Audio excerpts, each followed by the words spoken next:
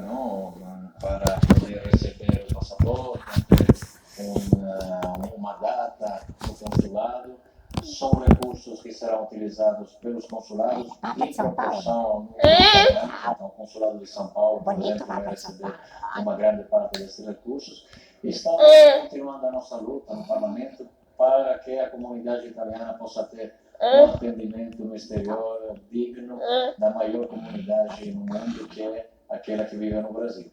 Restaurante. Na Semana da Consciência Negra, o Rede TV News mostra que mais da metade dos negros sofreram discriminação nos últimos anos. A maior parte dos casos foi registrado no ambiente de trabalho. São incontáveis as vezes que Paulo já vivenciou situações de preconceito contra a sua raça ou cor. No último episódio, foi chamado de macaco por um homem em um bar em Pinheiros, na zona oeste de São Paulo. Eu acho muito com vários braços, e esse foi o braço mais violento que eu tive, de ser chamado de macaco, que eu acho que é o pior xingamento que uma pessoa preta faz. Uma coisa que estava muito no fundo, que ficou por muitos dias, foi tristeza e culpa. É o mais louco. Parece que você não pertence a nenhum espaço. Paulo filmou a situação.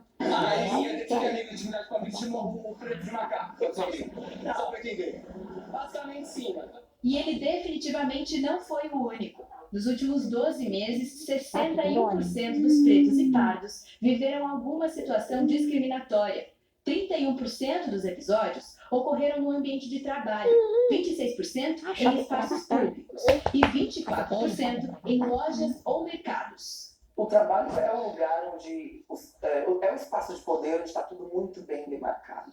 Então a gente não encontra lideranças negras. E não é só liderança em cargo de liderança, mas até em poder de falar, em se colocar, em apresentar sua pesquisa, seu desenvolvimento, em receber benefícios de treinamento, por exemplo.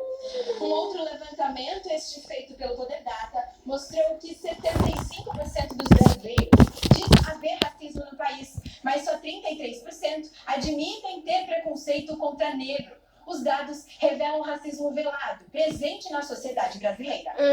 O racismo passa por esse lugar de entendimento de que a gente convive aqui todo mundo junto, aí tudo bem, eu trabalho com pessoas negras e tal, mas espera aí, ele não pode ser da minha família, ele não pode ganhar mais do que eu, ele não pode ter um trabalho acadêmico relevante, isso é racismo. Então a pessoa não se conhece nesse lugar de racista, mas ela vive naquele meio. Mas quem vive essa discriminação diariamente ainda busca olhar para o futuro com esperança. As pessoas elas têm praticado o racismo recreativo, e aí elas dão risada, se a gente questiona, elas dão risada, se a gente reclama. E para o futuro eu espero que as pessoas elas se questionem. Se milhões de pessoas denunciam e reclamam dessa situação, será que é mentira? Será que não existe racismo? Será que é brincadeira? Será que é mimimi, frescura? Isso mexe com a gente. A disputa por territórios entre criminosos rivais no Rio de Janeiro provocou um intenso tiroteio em Rio das Pedras, na zona norte da cidade. Um suspeito morreu. Os moradores acordaram de madrugada com o barulho dos tiros. Traficantes do Comando Vermelho tentaram invadir a comunidade, controlada por milicianos. O confronto se estendeu pela manhã. Horas depois, policiais fizeram uma operação na comunidade e apreenderam um arsenal com 8 fuzis, 2 pistolas, 21 granadas, 51 carregadores, munições e 4 rádios de transmissão. 9 suspeitos foram presos. Os PMs encontraram um homem já sem vida e socorreram um outro, ferido, com um tiro no joelho. O confronto dessa manhã é mais um capítulo da guerra de facções que assusta os moradores da Zona Oeste.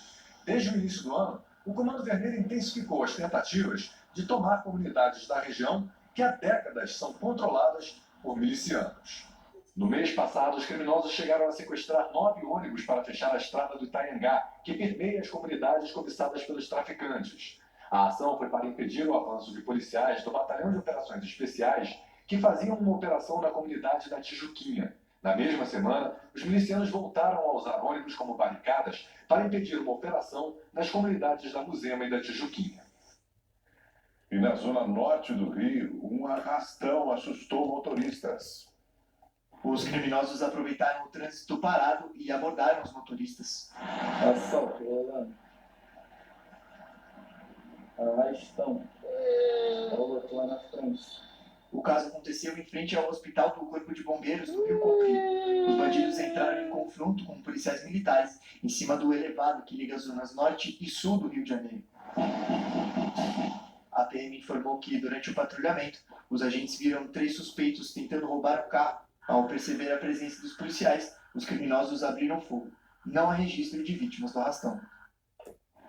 Mesmo após a sentença de prisão dada pelo Tribunal Penal Internacional, o primeiro-ministro de Israel, Benjamin Netanyahu, não recua. Os ataques israelenses continuam matando em Gaza e no Líbano. Em Gaza, 25 pessoas morreram em um único ataque. 7 delas eram da mesma família. Uma mesquita no campo de refugiados de Nur el-Sat foi destruída. Segundo o Ministério da Saúde da Palestina, são mais de 120 mortos nas últimas 48 horas. Ataques israelenses também aconteceram em Jabalia e atingiram mais uma vez o hospital Kamal Advan, onde 2 pessoas foram encontradas mortas. O exército de Israel fez hoje uma nova ameaça de evacuação forçada na região de Khan Yunis, no sul de Gaza, alegando que foguetes contra Israel estão sendo lançados de lá. Mais de 44 mil pessoas morreram em Gaza desde o começo do conflito.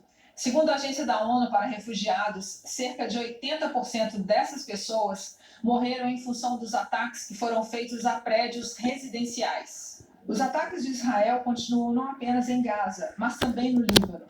No centro de Beirute, ao menos 5 mísseis destruíram um prédio residencial.